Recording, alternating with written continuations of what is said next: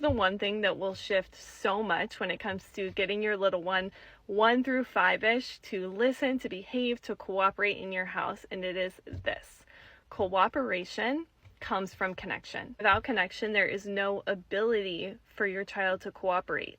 Connection is one of your little child's core base needs. And if they do not have that connection need met, your relationship is not built on this mutual connection, this deep respect and trust that goes 2 ways between you and your child.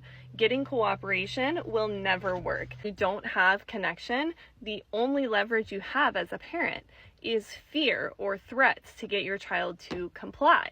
And in that case, they're not actually cooperating, they're complying because they have to, which can turn into a very tricky situation because eventually as your child gets bigger, they don't feel as scared, they don't feel as threatened by your fear and your threats. You have to continually up and up and up the ante to get them to do what you want them to do. You're in this situation, and I don't know the whole story of this mom. I'm not saying that this mom is like only using fear and threats. I don't know what's going on in her house, but I think this is something that I continually remind myself, that I want you to remind yourself if you're going through a season where you feel like your 2-year-old or your 5-year-old is not listening to anything, doesn't want to do anything, is always misbehaving, is always backtalking, has attitude, doesn't want to help around the house, all of these things.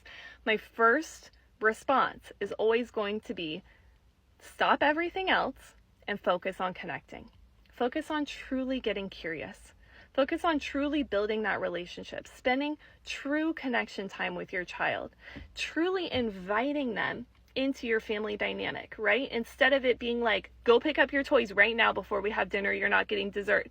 It's like, hey, wow, looks like you were building a cool tower with these magnet tiles. Tell me about it. What's going on here? Tell me about your ideas and your creativity.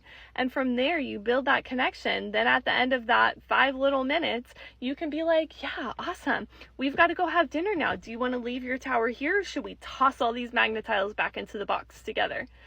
That's how you start to build that connection back up. That connection is always going to be the most powerful currency you have in your relationship, in your parenting with your child.